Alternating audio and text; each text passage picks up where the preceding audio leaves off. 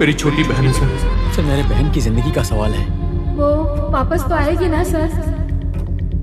कलमा कवल का टीजर भले ही छोटा हो, पर इसकी कहानी कहने की जो ताकत है ना, वो कमाल की है। आज हम इसी पर बात करेंगे कि कैसे सिर्फ चंद डायलॉग से एक ऐसी दुनिया बना दी गई है जो टेंशन और मिस्ट्री से भरी हुई है।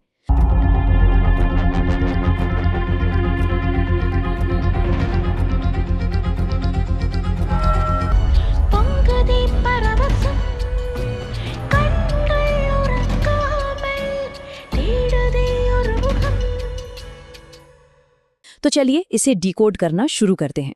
और टीजर शुरू होते ही हमें ये लाइन सुनने को मिलती है, सबसे ज्यादा मजा इंसान को मारने में आता है। सोचिए तो जरा, ऐसा कौन कह सकता है और क्यों?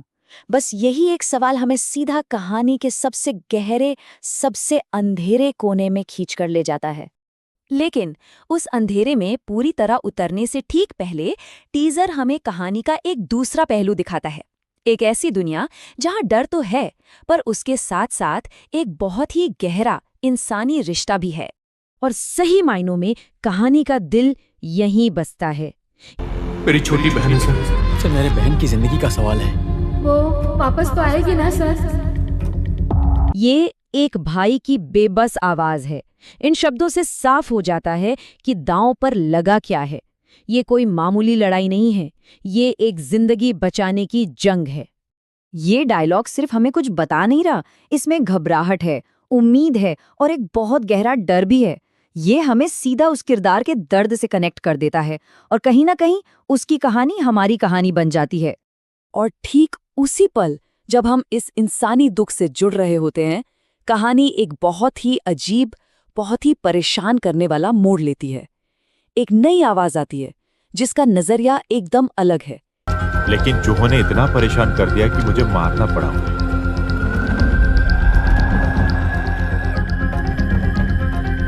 एकदम ठंडा। चूहे मतलब अजीब है ना? क्या यहाँ सच में चूहों की ही बात हो रही है, या फिर ये इंसानों को कीड़े मकोड़े समझने का कोई भयानक तरीका है? ये सवाल सुनते ही मन में एक बेचैनी सी होने लगती है। तो यहाँ पर दो दुनियाएं आपस में टकरा रही हैं। एक तरफ एक बहन की जिंदगी बचाने की गुहार, और दूसरी तरफ चूहों को मारने का एक एकदम ठंडा बेतुका सा बहाना।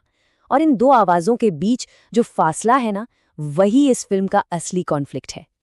तो अब तक जो कन्फ्यूजन था वो अब साफ होने वाला है।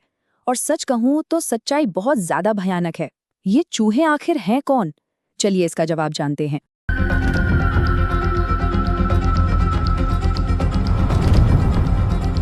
तो सवाल ये है कि ये दूसरी आवाज चाहती क्या है?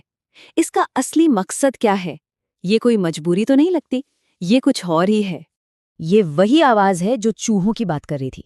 इसका मतलब वो चूहे असल में इंसान थे और उन्हें मारना मजबूरी नहीं, बल्कि एक शौक था, उस किरदार का सबसे बड़ा मजा। और बस ये एक खुलासा कहानी के खतरे को बिल्कुल एक नए लेवल पर ले जाता है। पर रुकिए, कहानी यहीं खत्म नहीं होती, ये और भी ज्यादा गहरी होने वाली है। अब ये लड़ाई सिर्फ एक हत्यारे और एक भाई की नहीं रही, ये एक फिलोसफिकल जंग बन जाती है जब विलेन अपनी असली पहचान बताता है। और टीजर खत्म होता है इस एक रहस्यमयी लाइन के साथ, ये हिंदी नहीं है। और जिस तरह से इसे बोला गया है वो सुनने में ही एक वार्निंग जैसा लगता है। तो आखिर इसका मतलब क्या है? इसका मतलब है, मैं वो किस्मत हूं जो कल आएगा तुम्हें तुम्हारा चेहरा दिखाने के लिए। जरा सोचिए इस बात को। ये किरदार खुद को सिर्फ एक इंसान नहीं, बल्कि नियति, डेस्टिनी मान रहा है।